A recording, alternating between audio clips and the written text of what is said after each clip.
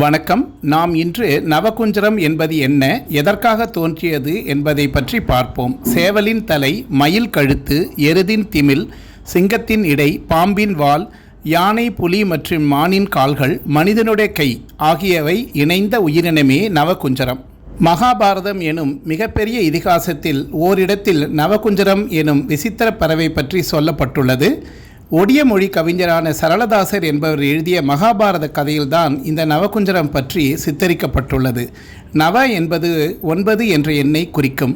நவகுஞ்சரம் என்பது வெவ்வேறு விலங்குகளின் உடலுறுப்புகள் இணைந்த ஒரு அபூர்வமான உயிரினத்தை குறிப்பதாகும். சேவலின் தலை, மயில் கழுத்து, எருதின் திமில், சிங்கத்தின் இடை, பாம்பின் வால், யானை, புலி மற்றும் மானின் கால்கள், மனிதனுடைய கை ஆகியவை இணைந்த உயிரினமே நவகுஞ்சரம். ஒருமுறை வனத்திற்கு சென்ற அர்ஜுனன் அங்கு மலை மீது அமர்ந்து கடுமையான தவம் புரிந்தான். அப்போது கிருஷ்ணர் நவகுஞ்சர உருவம் கொண்டு அர்ஜுனன் முன்பாக வந்து நின்றான். ஏதோ ஒரு அதிர்வை ஏற்பட்டதை உணர்ந்த அர்ஜுனன் தன் அருகில் இருந்த வில்லை எடுத்து அதில் அம்பை பொருத்தி தன்னுடைய கண்களை திறந்து பார்த்தான். அப்போது தன் எதிரில் நின்ற அதிசய உயிரினத்தை கண்டு ஆச்சரியமடைந்தான், திகைக்கவும் செய்தான். அந்த உயிரினத்தின் மனித கையில் ஒரு தாமரை பூ இருந்தது. அதை பார்த்த அர்ஜுனனுக்கு ஒருமுறை கிருஷ்ணர் சொன்ன வார்த்தைகள் நினைவுக்கு வந்தது.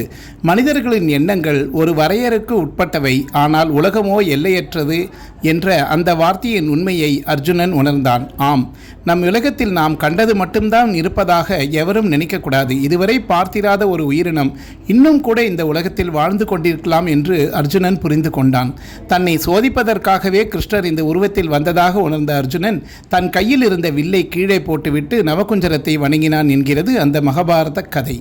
ஒடியா மாநிலத்தின் பாரம்பரிய ஓவிய பாணியான பதச்சித்ரா ஓவியத்தில் நவகுஞ்சரம் பல வகைகளும் வரையப்படுகிறது. பூரி ஜெகநாதர் கோவிலின் வடக்கு புறத்தில் நவகுஞ்சரத்தின் உருவம் செதுக்கப்பட்டுள்ளதாக சொல்கிறார்கள்.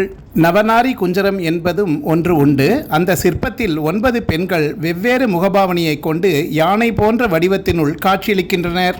நவகுஞ்சர வழிபாடு மற்றும் தரிசன பலன்களை பற்றி காண்போம். வெற்றிகள் குவியும். அடிக்கடி நவகுஞ்சர உருவத்தை உற்று பார்த்தால், வழிபட்டால் தடைகள் நீங்கி காரியங்கள் வெற்றிகள் குவியும். ஸ்ரீ கிருஷ்ணரின் அருள்.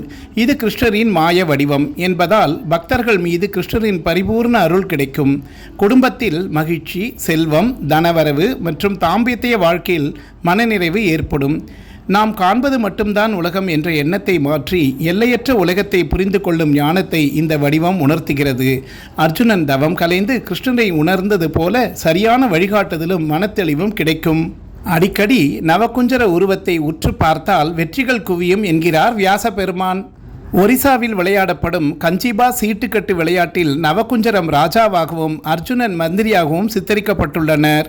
பதச்சித்ரா ஓவியத்தில் நவகுஞ்சரம் பல வகைகளில் வரையப்படுகிறது. இந்த உருவம் பூரி ஜெகநாதர் கோவிலில் வடக்கு புறத்தில் செதுக்கப்பட்டுள்ளது. அதன் கையில் இருக்கும் நீலச்சக்கிரம் பூரி ஜெகநாதர் கோவிலின் கோபுர கலசத்தின் உச்சாணியில் கம்பீரமாக வீற்றிருக்கிறது. அர்ஜுனன் ஏன் வில்லை போட்டார் தெரியுமா? இவ்வுயிரியிடம் இருந்து நமக்கு எந்த தீங்கும் ஏற்படாத போது பிறகு ஏன் இதை கொல்ல நினைத்தேன் என்று நினைத்தபடி கையில் இருந்த வில்லை போட்டாராம். ஒரிசாவில் பல தேவக்ஷேத்திரங்களில் இந்த நவகுஞ்சரம் பட்சியை ஓவியாக வரைந்துள்ளனர். இதை நீ தினமும் பார்த்து வென்றால் நன்மைகள் பெருகும், தீவினைகள் விலகும். நன்றி, வணக்கம்.